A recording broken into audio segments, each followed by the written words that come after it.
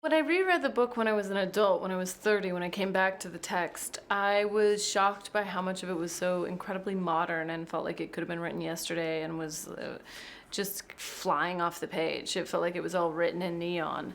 And I think particularly something that was arresting to me was the portion of the book when they're adults. And originally the book was published in two parts.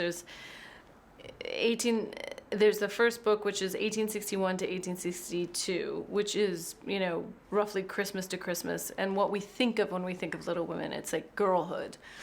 And then there's the second half of the book, which is several years later, and they're young adults, and they're navigating the world and figuring out how they're going to be sisters, but also artists and mothers and workers and friends and wives, and how they're going to get along in the world. And for me, I was so fascinated by that section of the book because I felt that I'd almost missed it when I was young. It wasn't the thing that lived in my collective memory, and I think didn't live in anybody else's collective memory.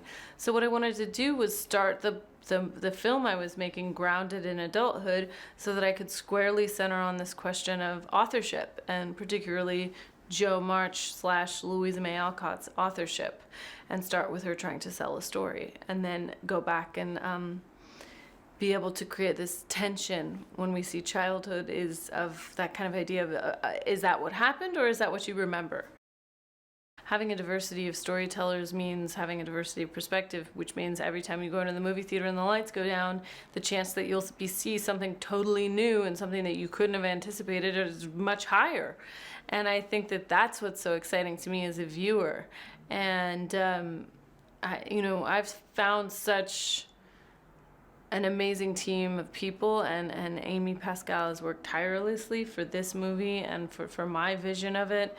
And we have this home at Sony which threw their weight behind it, and that's impossible to overstate how much that means. And it means in the industry, and it means to me, and it means for the future of this movie and for women's stories in general. The cast is wild. I mean, Meryl Streep, Laura Dern, Bob Odenkirk, Chris Cooper, Florence Pugh, Eliza Scanlon, Emma Watson, Louis Garrel, James Norton. It was just a crazy cast. It was every day I felt like I was pinching myself, and also I thought that this stature of actors are coming to really play was pretty extraordinary, and it really speaks to the power of this book and the sort of love that they all have for it.